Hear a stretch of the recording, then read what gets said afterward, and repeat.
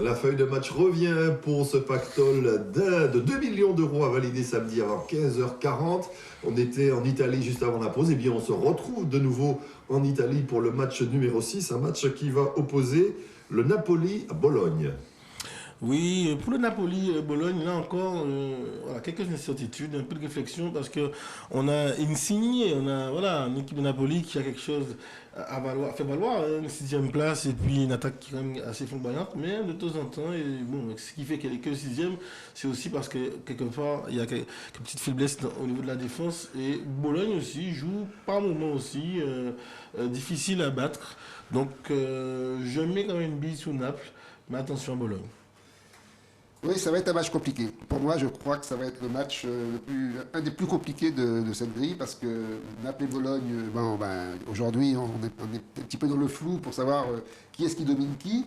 C'est vrai que Naples a l'avantage puisqu'ils jouent chez eux et encore aujourd'hui, c'est pas dire grand-chose. Donc, moi, je pense que si on veut prendre un minimum de risque, on peut dire que c'est Naples qui est favori. Et moi, je jouerai Naples. Mais en sachant que Bologne, c'est peut-être la surprise qui peut nous embêter pour cette grille. Ouais, ça peut tourner à la sauce bolognaise cette affaire-là, d'autant plus que Je l'attendais celle-là.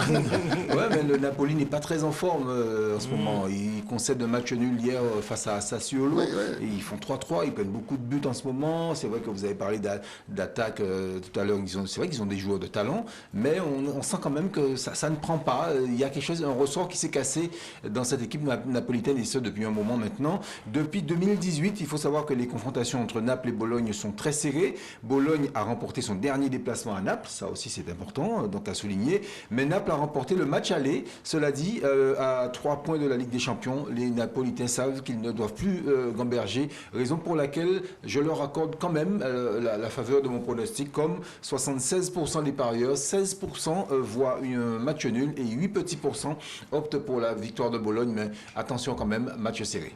Après la Serie A, la Liga, avec de quoi se faire des châteaux en Espagne, l'Atlético Madrid reçoit le Real Madrid. Une passation de pouvoir, à mon avis. C'est vrai, c'est vrai. On a un derby madrilène entre ces deux grosses équipes de la capitale. C'est très intéressant pour nous ici en France à méditer pour nous. Mais c'est vrai que dans ce match-là, j'ai envie de dire que, voilà, couverture complète. J'avoue, on ne sait pas. On ne sait pas. On sait qu'en tout cas, Atlético Madrid en patron, ils vont cadenasser derrière. Ils ne vont pas laisser passer n'importe quoi. Bon, ça, c'est sûr. Simeone. Ça, c'est sûr. C'est sûr derrière, ça va être bon. Maintenant, il ne faudra pas que devant rater. On peut compter sur Benzema et Vincino pour pouvoir essayer de débloquer la situation. Donc, à mon sens, on peut avoir la victoire cette passation. Oui, effectif, mais on peut aussi avoir un Real Madrid avec notre cher ami Zidane qui parfois, au pied du mur, nous gratifie d'un espèce de gringa qui fait que le sort lui est favorable. Donc on peut avoir aussi une victoire de Madrid ou un match nul. Pour moi, le plus probable, ce sera le match nul. En tout cas, ce sera un très beau match, à mon avis, parce qu'on a deux équipes, effectivement, qui sont quand même de certains niveaux. Real qui a besoin de se faire pardonner un certain nombre de choses, parce que cette année a été compliquée. Zidane aussi qui a besoin de se refaire une petite santé en tant qu'entraîneur. Donc, moi, j'aurais dit Real. Pourquoi? Parce que Real reste un grand club et que dans ces matchs-là, les matchs importants, il y a toujours la petite étincelle de plus qui vient frapper. Ça peut être Benzema, ça peut être autre chose. Donc, je dirais que à la dernière minute, je vois un Real qui change le match et qui nous fait, qui arrive à accrocher la victoire. Voilà. Ouais, c'est possible, mais en même temps, on a un Atlético qui va jouer sans pression. Sans pression, parce que l'Atlético, il faut le rappeler, un match de moins, messieurs, au classement. 5 points d'avance sur le Real et le FC Barcelone, mais un match de moins à jouer. Donc voilà, c'est potentiellement 3 points de plus pour eux. Donc ça veut dire que la pression est dans le camp d'en face, donc le camp du Real. Le Real qui n'aimerait pas voir son voisin être champion d'Espagne, même si je sais qu'ils ne veulent pas non plus que le Barça soit champion, mais les colchoneros, croyez-moi, encore moins. Ce sera le 153e derby de Madrid, ce week-end. En championnat, la dernière fois que l'Atlético l'a remporté, c'était à Bernabéu le 27 février 2016. Et à domicile, les Matlatiers n'ont plus gagné depuis le 7 février 2015.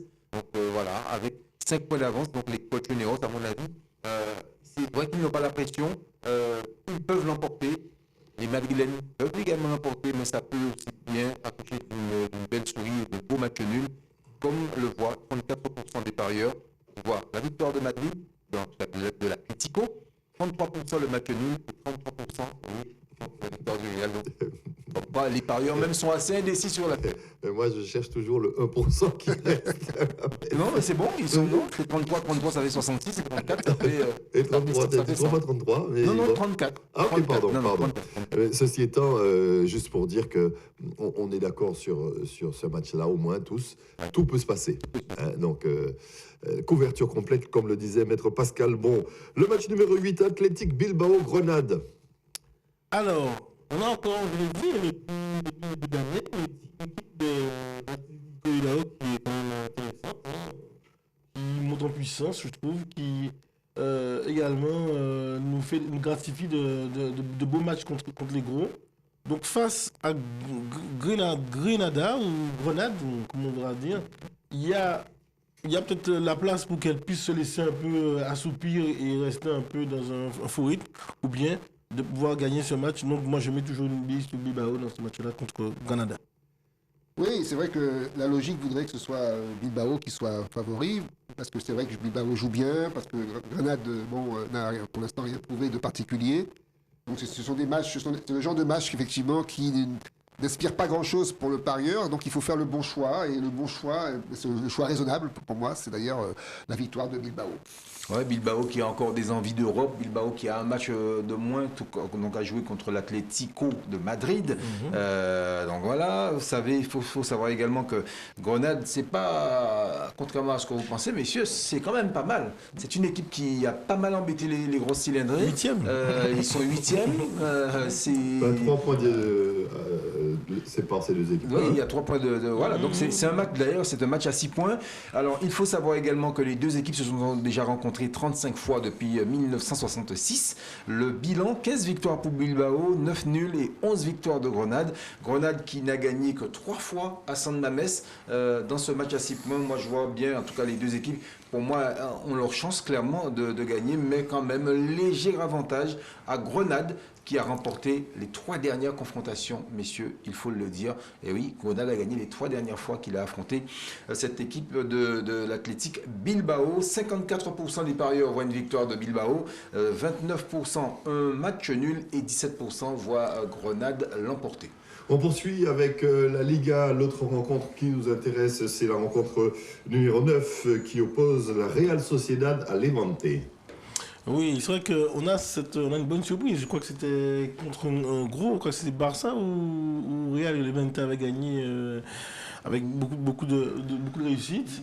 Sur ce match-là, entre le 9e et le 5e, attention quand même, moi je dis, normalement la logique voudrait que le Real Sociedad, qui est aussi un club qui joue bien, puisqu'il a 41 points et 5e, ça prouve qu'elle sait aussi tenir la dragée haute. Attention à Levante, donc je mettrai moi Levante quand même en victoire. Oui, moi aussi, je pense que, bien que les deux équipes soient en ce moment un petit peu sur le même niveau, Real Sociedad reste une équipe qui joue. Donc là, déjà, ils jouent chez eux. Donc ça, c'est déjà, encore une fois, un avantage, même s'il n'y a pas de public, mais au moins, quand on joue chez soi, on va dire, on est habitué à la pelouse, on a ses repères. Donc ça aussi, c'est important dans une victoire ou une défaite, pour moi. Donc Real Sociedad, oui, je les vois gagner ce match. Pas très largement, mais voilà, ça va être un match difficile, mais un petit 1-0, voilà, c'est comme ça, moi je vois. Alors Pascal, c'était le 30 janvier dernier, et là, Levante avait battu le Real de Madrid à Bernabéu. Donc vous voyez, c'est pas une équipe qu'il faut prendre à la légère. La Sociedad n'a pas réussi à battre Levante les 2 dernières fois qu'elle a reçu les Valenciens, puisque Levante c'est une équipe de Valence. Levante reste même sur une série de 4 matchs sans défaite, tout terrain confondu. Les Basques avaient gagné à l'aller et au retour en 2018. Depuis, eh bien, silence radio pour la Sociedad. Donc Levante a gagné 9 fois. Les deux équipes ont fait 9 matchs nuls et la Sociedad a gagné à 5 reprises. Victoire de la Real Sociedad parce qu'elle joue chez elle, mais en même temps, je pense que Levante peut prendre le point, au moins le point du match nul. Le point du match nul, 27% des parieurs voient Levante faire match nul à la Sociedad, 57% des parieurs voient la Sociedad l'emporter et 16% voient une victoire de Levante. Et pour tourner la page espagnole de cette grille qui vaut 2 millions d'euros, on vous le rappelle, à valider samedi avant 15h40, eh bien Osasuna reçoit le FC Barcelone qui est en train de bien, après sa remontada d'hier, est en train de se refaire une santé. Oui, je pense qu'elle va encore poursuivre. Elle est là, comme chaque année. Il va falloir compter avec elle, même si voilà, on a relevé ensemble les faiblesses actuelles au niveau de l'arrière de cette équipe. On a quand même devant et au milieu, même si voilà, Busquets n'est pas forcément ce qu'il était il y a 2 ans. En tout cas, on a quand même une attaque qui tient la route, et face à Osasuna qui est, on va dire, un classé du milieu 12e. Je pense quand même que Barcelone va pouvoir continuer à titiller à la fois le Real Madrid et aussi l'Atlético de Madrid. Il ne faut pas oublier que le FC Barcelone va jouer la semaine d'après contre Paris en Champions League. Ils auront 3 buts à rattraper, donc je pense qu'ils vont peut-être faire tourner sur ce match-là, qu'ils vont en tout cas préparer le match. 3 buts à rattraper ne seront pas suffisants. 4 buts à rattraper. Donc voilà, donc ils ont toujours ça dans la tête. Donc je pense que ce match-là, ils vont le prendre un tout petit peu par-dessus la jambe, comme on dit. Donc Osasuna a peut-être une chance de faire la surprise. Et je pense qu'en tant que parieur, il y a peut-être un coup à jouer pour jouer Osasuna, donc surprise de cette grille.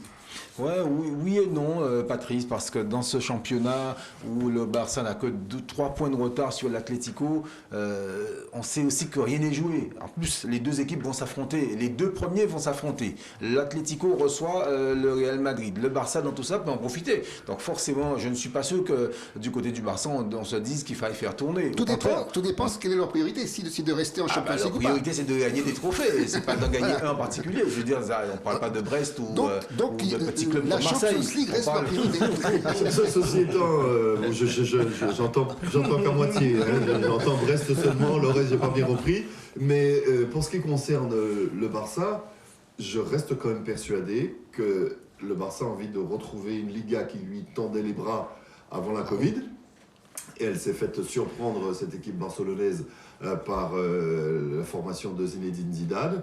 Je pense que le Barça a envie de se retrouver au sommet de la Liga au terme de la saison. C'est très important. Oui. C'est très, très important pour les Espagnols, comme les Anglais. Hein. Il y a une espèce de prééminence du championnat sur le reste. Donc, un titre à domicile, ça vaut également une Ligue des Champions pour les joueurs du Barça. Maintenant, Osasuna n'a battu le Barça que 16 fois en 75 confrontations. Après le 4-0 donc, du match aller, à mon avis, ce match, ça s'apparente comme une balade de santé pour la bande à Messi avant d'aller défier le Paris Saint-Germain mercredi prochain en Ligue des Champions. D'autant plus qu'Osasuna n'a plus battu les Blaugrana, tenez-vous bien messieurs, à domicile depuis le 11 février 2012. Donc victoire pour moi du Barça, une victoire qui à mon avis ne souffre d'aucune contestation. Restez avec nous, une dernière pause dans cette feuille de match et nous allons revenir dans un instant pour les 5 dernières rencontres qui composent cette grille qui vaut 2 millions d'euros. Vous la validez samedi avant 15h40 et vous aurez une chance de gagner tout ou partie de ce pactole. 15 rencontres sont à pronostiquer et pour cette grille, à tout à l'heure.